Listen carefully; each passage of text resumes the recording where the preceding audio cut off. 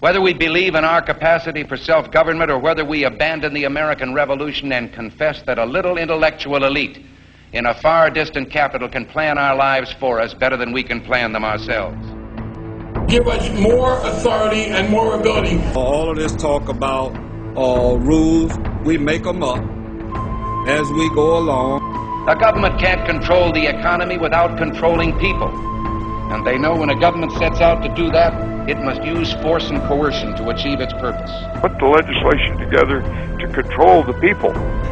We go through the gate's closed, we'll go over the fence is too high, we'll pole vault in. If that doesn't work, we'll parachute in, but we're going to get health care reform passed. They also knew, those founding fathers, that outside of its legitimate functions, government does nothing as well or as economically as the private sector of the economy. There needs to be a focus on an immediate increase in spending. I mean, I do think at a certain point you've made enough money. The more the plans fail, the more the planners plan. You're telling me we got to go spend money to keep from going bankrupt? The answer is yes, I'm telling you. We have so many people who can't see a fat man standing beside a thin one without coming to the conclusion the fat man got that way by taking advantage of the thin one.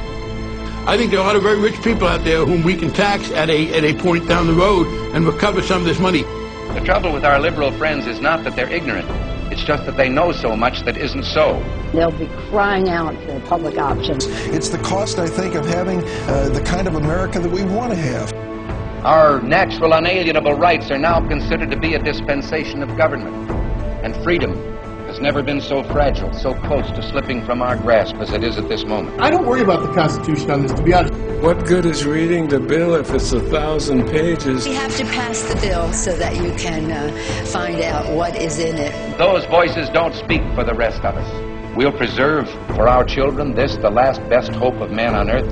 There have been times where America's shown arrogance. Well, I think it's time we ask ourselves if we still know the freedoms that were intended for us by the founding fathers.